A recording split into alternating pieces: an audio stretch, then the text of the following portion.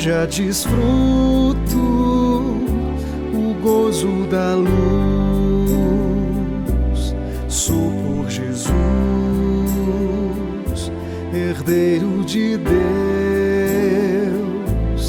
Ele me leva à glória dos céus. Canta minha alma, canta ao Senhor. Rende-lhe sempre ardente louvor. Canta minha alma, canta ao Senhor. Rende-lhe sempre ardente louvor.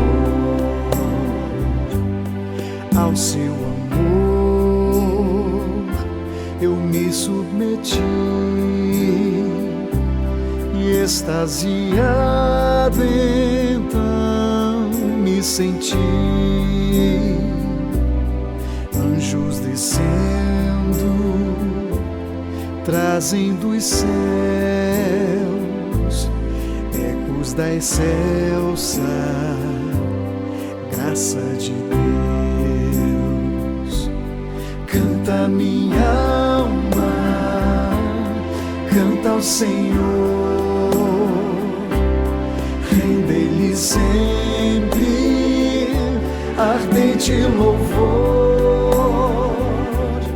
Canta minha alma, canta ao Senhor. Rende-lhe sempre ardente louvor.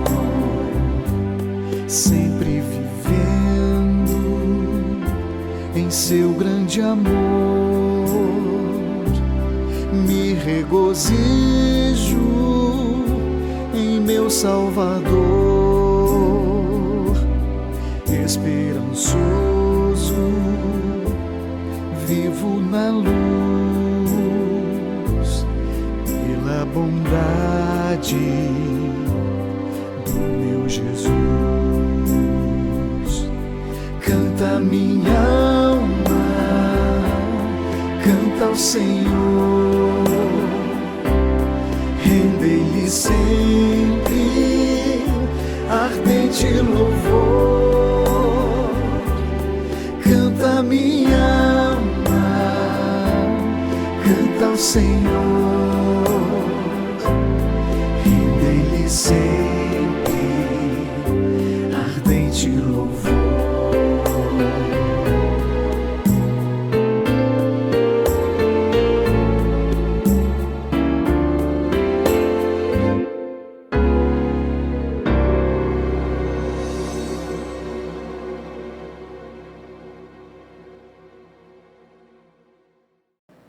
Queridos irmãos, a graça e a paz do Senhor Jesus para todos. Amém? É uma alegria muito grande, mais uma vez, poder estar aqui ministrando a palavra de Deus junto com os irmãos, depois desse louvor abençoado, maravilhoso. Nós estamos hoje fazendo essa transmissão na quarta-feira, correspondente ao nosso culto, de estudo da palavra, que normalmente temos no nosso prédio, mas nesses dias não estamos fazendo em nosso prédio, estamos fazendo de forma online. Mas eu conto e chamo a sua atenção para que você não baixe o padrão da sua vida com Deus, do seu tempo de oração, do seu estudo da palavra, e nós estaremos disponibilizando esses vídeos aqui, tanto no domingo como também na quarta, para edificação dos irmãos. Mas esteja atento, esteja vigilante. No último domingo nós tivemos aqui uma boa parte da igreja envolvida no relógio de oração, 24 horas nós estivemos orando, tanto na PIB daqui de Jacobina, como também na Igreja Batista do Paraíso, e nós estivemos orando durante 24 horas e cremos que as nossas orações estão sendo recolhidas pelo Senhor e a resposta já nos é dada, já nos foi dada pelo Senhor, por nosso Deus, e no tempo hábil nós veremos a manifestação da glória de Deus diante de tudo isso que tem acontecido. Amém? Eu quero te convidar a pegar a sua Bíblia para que a gente possa orar e abrir em 1 Coríntios capítulo 15, no verso de número 58.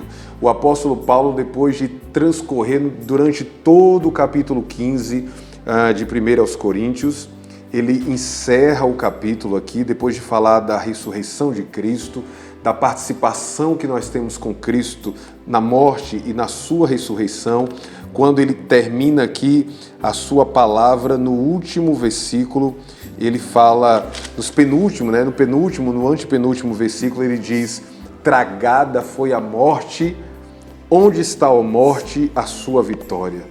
Onde está a morte, o seu aguilhão? E ele termina dizendo, nesse texto que eu te convido a ler nesse momento, 1 Coríntios, capítulo 15, verso 58. Portanto, meus amados irmãos, sejam firmes e inabaláveis, e sempre abundantes na obra do Senhor, sabendo que no Senhor o trabalho de vocês não é em vão. No Senhor, o nosso trabalho não é em vão. Não é em vão, meu irmão, porque fazemos da parte do Senhor em espírito. E eu te digo, o que você fizer, faça para a glória de Deus, porque assim o nosso trabalho não é em vão.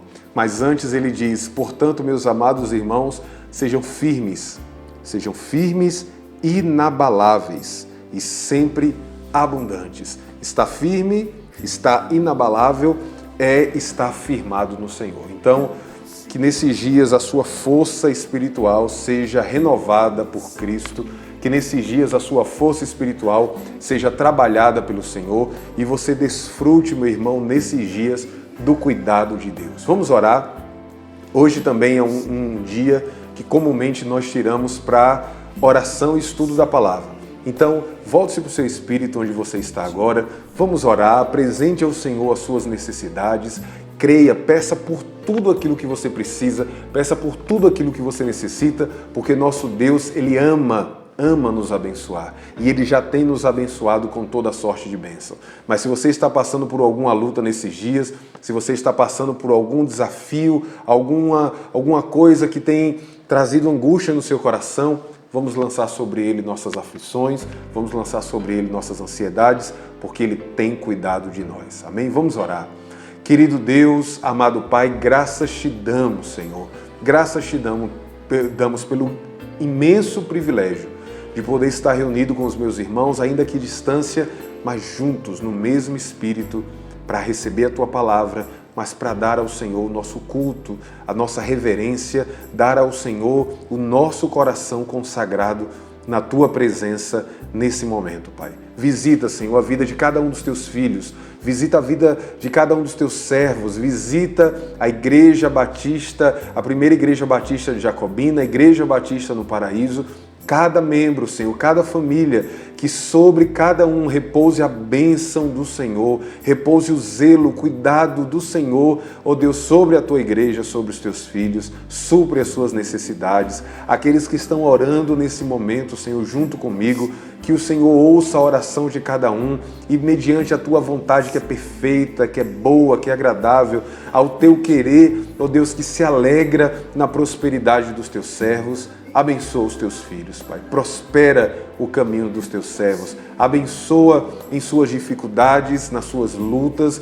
Dá força, Pai, para que continuemos firmes, inabaláveis e sempre abundantes na obra do Senhor, crendo que no Senhor o nosso trabalho não é em vão. Há um galardão, há uma recompensa, há uma coroa que o Senhor tem reservado para todos aqueles que correm a corrida do Evangelho, que combatem o bom combate, e que o Senhor a cada dia nos motive, nos dê alegria para Te servir, nos dê satisfação na Tua presença, Pai.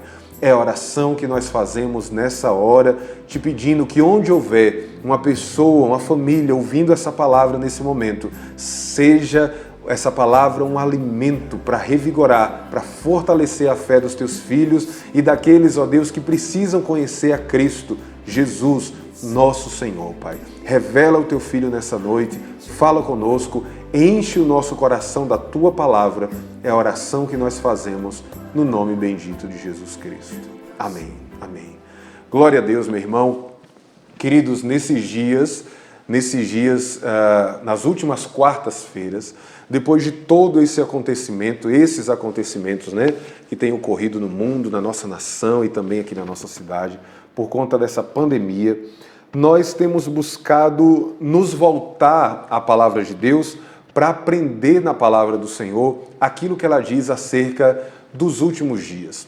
Nós chamamos esse estudo, o estudo dos últimos dias, de escatologia. É assim que é chamado, o estudo dos últimos acontecimentos, o que a Bíblia diz sobre os últimos dias. E aqui, em particular, na PIB, na Igreja Batista do Paraíso, nós temos chamado esse estudo de spoiler, o que a Bíblia diz sobre os últimos dias. Então, nós estamos aqui dando spoiler dos últimos acontecimentos à luz da Bíblia, do que a palavra do Senhor nos diz.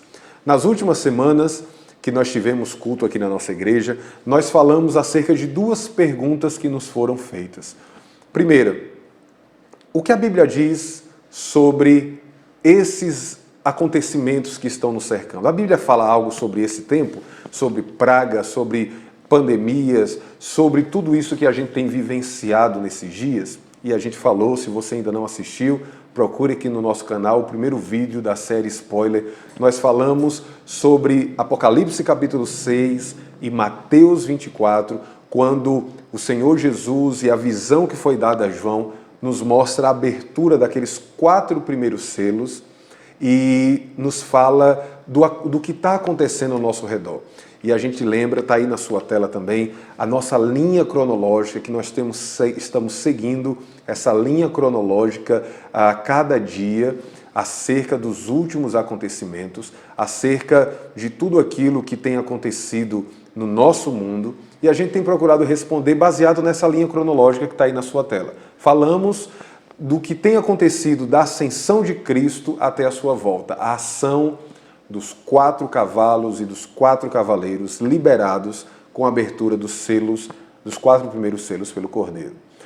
Na última reunião que nós tivemos, na segunda reunião dessa série, nós respondemos a segunda pergunta, que foi: quais os sinais que nós como igreja devemos estar atentos nesses últimos dias? E nós falamos que Jesus nos alerta acerca de 2 sinais, basicamente. Primeiro, o sinal do 5º selo, o clamor dos mártires. Desde a ascensão de Cristo até o dia que Jesus vai voltar, pessoas têm sido mortas por causa do Evangelho, por causa da sua vida com Cristo, porque são servos de Cristo.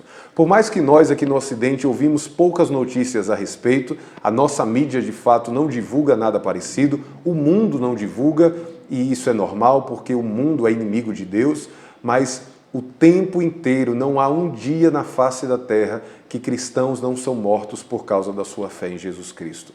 E a Bíblia diz que o primeiro sinal, no capítulo 9 de Apocalipse, no capítulo 6 de Apocalipse, nos diz que há um número exato de mártires que precisam morrer, e quando esse número se completar, e o texto ainda diz que é por um pouco tempo, esse número, então, os últimos acontecimentos virão sobre a terra. Então a gente tem que estar atento, tem que estar vigilante, porque esse número tem um limite, e a Bíblia ainda diz que é por pouco tempo. Mas o segundo sinal descrito em Mateus 24 é que a figueira floresceria. E a gente estudou aqui e viu que a figueira na Bíblia é um símbolo de Israel, é um símbolo da nação de Israel. Há 70 anos atrás, a nação de Israel, por quase 2000 anos, vivia espalhada pelo mundo. Era impossível se imaginar um retorno à sua terra depois de quase 2000 anos distante. Os judeus viviam espalhados pelo mundo. Mas exatamente em 1949, através de uma reunião deliberativa da ONU, que foi determinado que todos os judeus poderiam voltar àquela região ali onde outrora havia sido Israel, eles poderiam voltar a se organizar como nação. Há 70 anos, Israel voltou a ser uma nação reconhecida pela ONU, reconhecida por todos os países. Isso é um grande sinal, porque Jesus disse: quando vocês virem a figueira florescer, fiquem atentos, porque está chegando o verão. A figueira é Israel. Há 70 anos atrás, os últimos acontecimentos seriam impossíveis de serem realizados, porque faltava um sinal acontecer, e o sinal era o sinal da figueira. Há 70 anos que a qualquer momento os últimos acontecimentos descritos na Bíblia podem acontecer a qualquer momento, certo?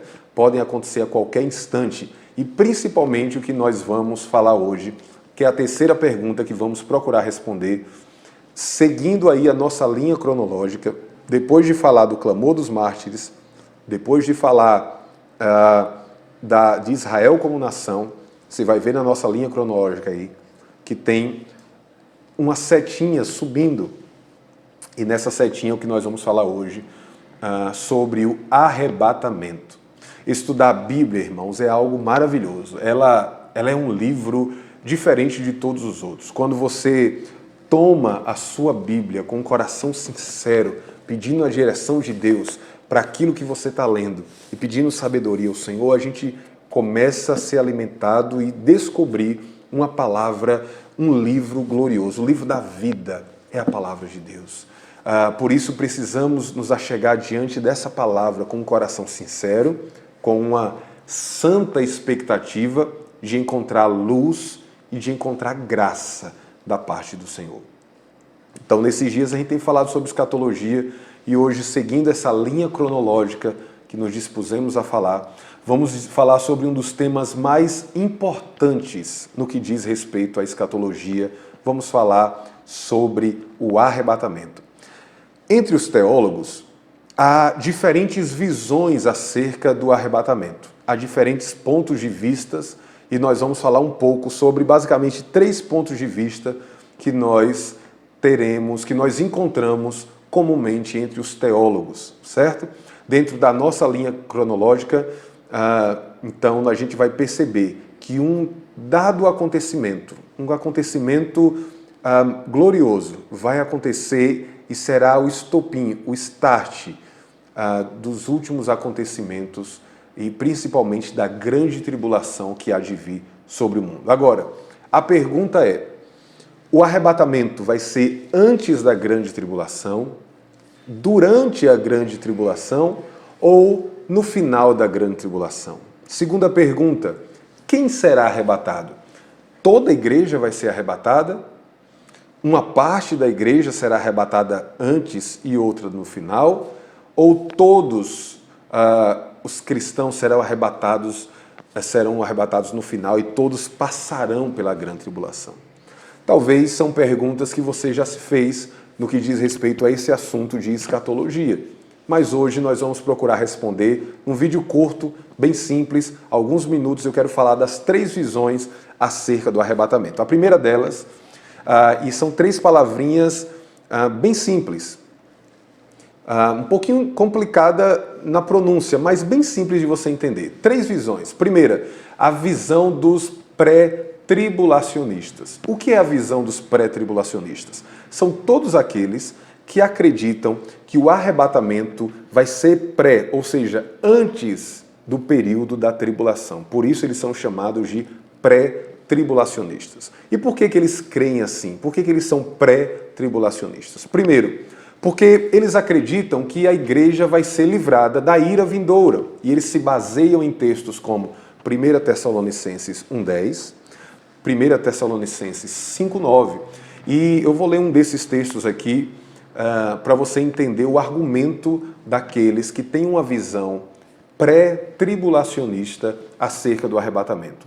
1 Tessalonicenses 5,9, a palavra do Senhor nos diz assim: porque Deus não nos destinou para a ira, mas para alcançar a salvação mediante nosso Senhor Jesus Cristo. Então, o primeiro argumento dos pré-tribulacionistas é que a igreja não vai passar pela tribulação, não pode passar. Por isso, toda a igreja que estiver viva vai ser arrebatada antes da tribulação. E por que eles creem assim? Justamente por esse argumento. O argumento de que Deus não nos destinou para a ira, mas para a salvação.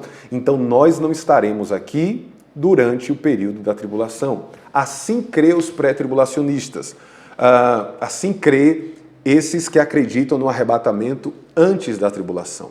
Agora, tem base isso que eles falam? Tem base. De fato, o Senhor vai livrar alguns do período da grande tribulação. Mas a grande questão é, o Senhor, quem são esses que vão ser arrebatados? São toda a igreja, indistintamente? Ou há critérios, há requisitos para esse arrebatamento antes da tribulação? eu acredito que a visão dos pré-tribulacionistas, nesse ponto, ela está equivocada. Porque, de fato, não estamos mais debaixo da ira de Deus, não estamos mais debaixo da condenação do Senhor, mas a Bíblia não mostra em todo o seu contexto que, de fato, nenhum crente estará aqui diante da perseguição do anticristo durante a grande tribulação. A Bíblia nos mostra em alguns textos que haverão aqueles que são de Cristo, mas que estarão aqui durante o período da grande tribulação. Alguns não, outros sim. Nós vamos falar mais sobre isso daqui a pouco. O segundo argumento dos pré-tribulacionistas é que eles acreditam que a tribulação que vai vir sobre a terra é somente para os judeus e que Jesus falou apenas para os judeus e não para a igreja. Esse é um pensamento baseado em textos como os textos de Daniel e como alguns textos de Jeremias também, como em Jeremias 36, quando ele fala, 37, quando ele diz assim: que grande é aquele dia, não há outro semelhante. É tempo de angústia para Jacó, mas ele será salvo dela.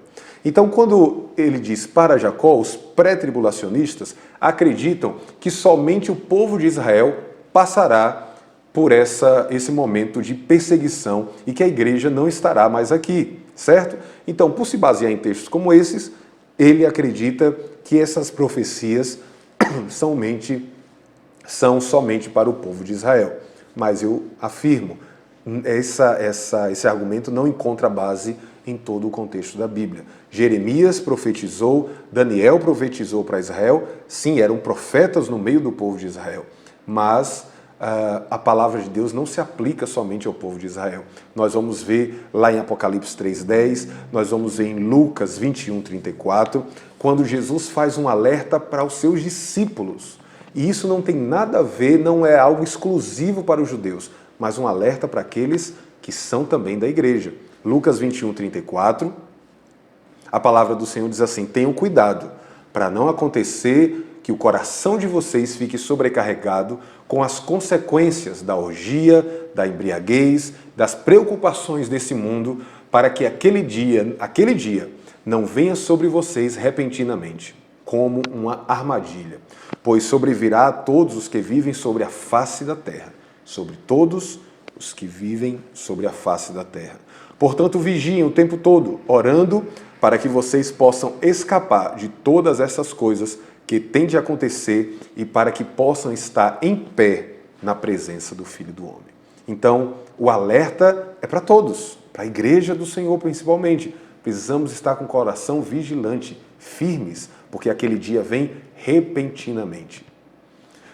Terceiro argumento que eles usam é que a igreja não é mencionada depois do capítulo 3 de Apocalipse. Então, eles entendem que porque não existe a palavra igreja depois do capítulo 3 de Apocalipse, então aquelas profecias de Apocalipse não são para a igreja. Olha, irmãos, a palavra igreja de fato não é mencionada do capítulo 4 em diante, mas muitos textos fazem referência aos santos, à igreja do Senhor. Vou te dar alguns exemplos.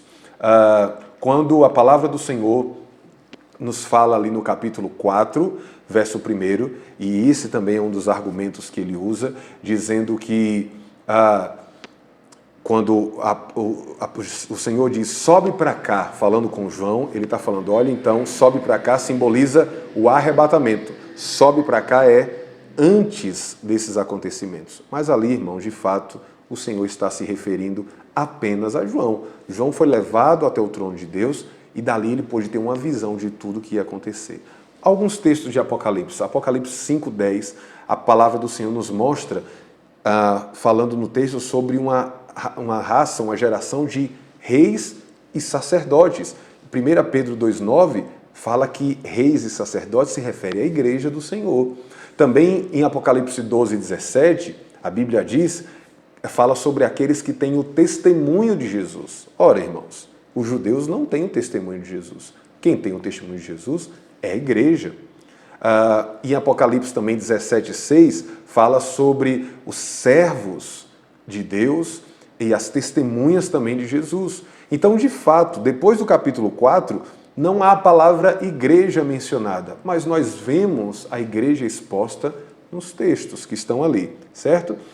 Então, esses são basicamente os argumentos que os pré-tribulacionistas colocam para embasar a sua teologia de que toda a igreja vai ser arrebatada antes da grande tribulação, certo? Particularmente não é dessa forma que eu acredito, não é dessa forma que eu creio, eu acredito que sim, e eu vou falar profundamente aos irmãos, talvez no próximo vídeo, não vai dar tempo de falar tudo hoje, que haverá um arrebatamento em secreto, antes da grande tribulação, mas não serão todos os crentes que serão arrebatados. E haverá sim um encontro com o Senhor nos ares no final da grande tribulação, para aqueles que aqui estiverem e aqueles que aqui se converterem durante o período da grande tribulação, tá bom? Agora, existem então os pré-tribulacionistas que acreditam no arrebatamento total da igreja antes da do grande e terrível dia, da grande tribulação, e existem os pós-tribulacionistas, que são aqueles que acreditam que toda a igreja que estiver viva será arrebatada no final da grande tribulação. Quais são os argumentos desses teólogos? Primeiro, eles dizem que o arrebatamento vai ser depois que o anticristo se manifestar, que o sinal do arrebatamento vai ser então a manifestação do anticristo, e eles falam isso baseado no texto de 2 Tessalonicenses 3:4, quando o apóstolo Paulo diz: ninguém de modo nenhum os engane, porque isto não acontecerá sem que primeiro venha a apostasia e seja revelado o homem da iniquidade, o filho da perdição. Então o texto é claro. Algo acontecerá, haverá um encontro com o Senhor, né? Depois da manifestação do filho da iniquidade. Então, os pós-tribulacionistas acreditam, e eles estão corretos nisso, que haverá um arrebatamento no final da grande tribulação. Agora, o equívoco aqui está no fato de dizer que toda a igreja passará pela grande tribulação e que só haverá esse último arrebatamento no final da grande tribulação, certo? Por quê? Entra em conflito com outros textos, inclusive textos pré-tribulacionistas, que mostra que Deus vai preservar as suas primícias daquele grande e terrível dia. Então, como aliar as duas visões, pré-tribulacionistas e pós-tribulacionistas? Nós vamos ver isso mais à frente. O segundo argumento dos pós-tribulacionistas é que o arrebatamento descrito na Bíblia só acontecerá depois da última trombeta. E eles também se baseiam no texto de 1 Tessalonicenses 4,16, quando a palavra diz assim: porque o Senhor mesmo, dada a sua palavra de ordem, ouvida a voz do arcanjo e ressoada a trombeta de Deus, descerá do céu e os mortos em Cristo ressuscitarão primeiro. Depois nós, os vivos, os que ficarmos, seremos arrebatados juntamente com eles entre nuvens para o encontro com o Senhor nos ares, e assim estaremos para sempre com o Senhor. O texto também é muito claro. Haverá um encontro com o Senhor nos ares depois do soar da última trombeta. E essa última trombeta, em Apocalipse, é descrita já no final do período da grande tribulação. Com o soar da trombeta virão então as 7 taças, a ira de Deus derramada sobre a terra, e Paulo diz que aqueles que estiverem aqui vivos subirão e se encontrarão com o Senhor nos ares, certo? Então, a última trombeta aqui falada é a 7ª. Quanto a isso, mais uma vez, os pós-tribulacionistas estão com a razão. Haverá sim um arrebatamento no final da grande tribulação. Agora, se nós acreditarmos que só haverá esse arrebatamento, só haverá esse momento de encontro com o Senhor nos ares, só haverá esse chamamento do Senhor, nós entramos em contradição com outros textos da Bíblia. Porque, mais uma vez, nós vemos em Lucas 21:36, Apocalipse 3:10, que há uma promessa ao vencedor, aquele que está vigilante, de que ele será preservado antes que todos esses acontecimentos terríveis venham sobre a terra. Se todos os crentes serão arrebatados depois da grande tribulação, pense comigo. Então, nós esperaremos muito mais. Estamos, na verdade, com a nossa maior expectativa no anticristo do que pelo Senhor Jesus. já que ele vem primeiro. E em nenhum momento a Bíblia nos manda ficar atentos, alertas, no sentido de aguardar a manifestação do anticristo.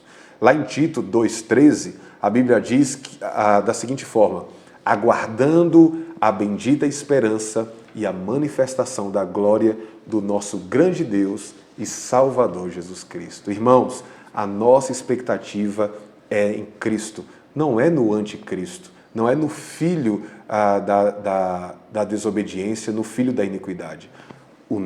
A nossa expectativa é em Cristo, sempre foi e sempre será. Então nós não aguardamos a manifestação do anticristo, nós aguardamos sim o chamamento de Cristo quando nos encontraremos com Ele. Terceiro argumento dos pós-tribulacionistas para acreditar que só haverá o arrebatamento depois da tribulação, no final da tribulação, onde toda a igreja será arrebatada, é porque para os pós-tribulacionistas não existe algo como um arrebatamento secreto da igreja, um arrebatamento que ninguém sabe o dia e a hora. Para eles, o arrebatamento acontece junto com a volta do Senhor. Então, na iminência da volta de Cristo, eles acreditam que nós subiremos instantes antes para nos encontrar com o Senhor e não haverá um tal arrebatamento secreto, certo? Oculto. Todavia, a palavra de Deus nos diz claramente que o Senhor vem como um ladrão.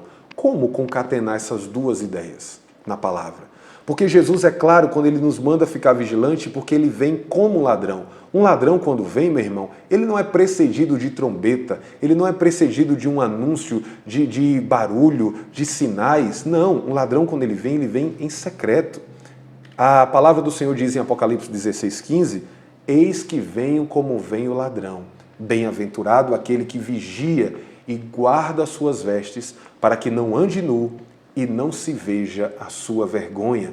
Então, é um alerta do Senhor para um acontecimento que haverá de vir quando não haverá sinais, não haverá anúncio, num abrir e fechar de olhos, nós nos encontraremos com Ele.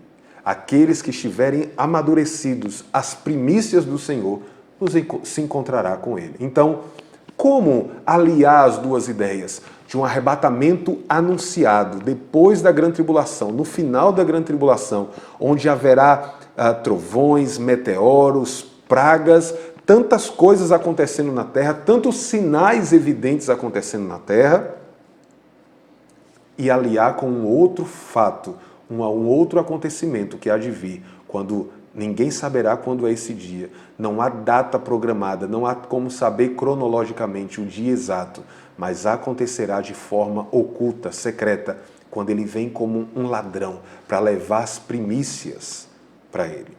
Essa visão dos pós-tribulacionistas falha em separar, em distinguir a diferença entre arrebatamento e a volta propriamente dita do Senhor. Há uma diferença entre Cristo vindo para arrebatar, para chamar as primícias, os vencedores, e depois Cristo descendo, então, já com os vencedores, com os santos, certo? Então, essa diferença a gente precisa compreender. Para que o nosso vídeo não fique longo, eu estarei divulgando amanhã um segundo vídeo, então, falando da terceira visão acerca do arrebatamento, que é a visão que eu creio, é a visão que eu defendo acerca do arrebatamento, e eu quero expressar para os irmãos na palavra o que a Bíblia diz sobre o arrebatamento. Eu acredito que haverá um arrebatamento antes da tribulação, não para toda a igreja, mas para aqueles frutos maduros, para aqueles que estiverem vigilantes, para aqueles que já estão em Cristo, prontos. Nós sabemos, irmãos, no nosso contexto de igreja, de família, há filhos varões maduros e há filhos que ainda não estão maduros. Para esses serão livrados da grande tribulação. Para os outros, é necessário que passem pela grande tribulação, mas amadurecerão durante a grande tribulação e se encontrarão com o Senhor no final desse tempo, e aí todos estaremos reunidos em pé diante do Cordeiro. Nós vamos falar disso um pouco mais no próximo vídeo, que será liberado para os irmãos na quinta-feira agora, no mesmo horário, às 7h30 da noite, para que você possa desfrutar da palavra do Senhor, estudar. E eu quero pedir aos irmãos, no nosso grupo do WhatsApp, ou no privado, ou aqui nesse vídeo mesmo, nos comentários embaixo. Eu gostaria que os irmãos mandassem perguntas. Coloque a sua pergunta, faça a sua colocação para enriquecer o nosso estudo da palavra e nos edificar. O meu propósito é que, a partir da próxima semana, estou avaliando aqui as condições, a partir da próxima semana, eu esteja fazendo, liberando para os irmãos todos os dias, pequenos vídeos de 15, 20 minutos, e o meu desejo é iniciar, de fato, um estudo do livro de Apocalipse. Se você quer estudar junto comigo aí, nesses dias, o livro de Apocalipse, deixa o seu comentário, manda no WhatsApp, no grupo da igreja, falando, para que a gente possa organizar tudo isso, nossa estrutura aqui, para que a gente tenha pequenos vídeos todos os dias da semana acerca do livro de Apocalipse. O que nós temos estudado hoje ainda não é o estudo do livro de Apocalipse, são respostas a algumas perguntas sobre escatologia. Mas vamos orar e decidir se a partir de segunda-feira que vem nós iniciamos o nosso estudo de Apocalipse aqui na igreja, tá bom? Quero dar alguns avisos bem rápido. Você tem visto aqui no nosso vídeo, durante todo o vídeo, esse QR Code aqui do lado. Como foi no último domingo, esse QR Code está aqui para que os irmãos que queiram possam fazer as suas contribuições na igreja através desse QR Code. Tanto dízimo, ofertas para ações sociais. Só é você pegar a sua câmera, direcionar esse código aqui e você vai ser linkado para uma página na internet onde você vai colocar o valor do seu dízimo, da sua oferta ou da sua oferta e vai ser gerado um boleto. E você pode pagar esse boleto no aplicativo do seu celular ou também você pode pagar esse boleto diretamente no banco, na casa lotérica e automaticamente esse valor entrará na conta da igreja, tá bom? Se você preferir, aqui embaixo também tem a conta da igreja no Banco do Brasil para transferências, mas eu conclamo os irmãos que continuem sendo fiéis ao Senhor através da sua obra, como os irmãos generosamente têm sido. Que Deus te abençoe, que Deus multiplique a bênção dele sobre a sua casa, que não falte o pão de cada dia, que a prosperidade que a palavra de Deus ensina alcance você no seu trabalho, na sua casa, em tudo que você fizer, meu irmão. Deus te abençoe no nome de Jesus, tá bom? E lembrando também, 2 avisos bem rápidos. Quem não pode fazer a contribuição ou não quer pelo código ou pela conta bancária, a nossa igreja está aberta no período da manhã, durante toda a semana, de segunda a sexta-feira, de 8 a meio-dia, tá bom? Para os irmãos da Igreja Batista no Paraíso, que nós não estamos tendo culto, então os irmãos que querem contribuir, você pode mandar uma mensagem para um dos queridos irmãos da nossa diretoria, da diretoria aí da Igreja Batista do Paraíso, que os irmãos vão dar um jeito de recolher a sua oferta, o seu dízimo e também contabilizar na nossa igreja. Deus te abençoe e até amanhã no nosso próximo encontro, onde vamos falar do arrebatamento dos vencedores. Deus te abençoe em nome de Jesus.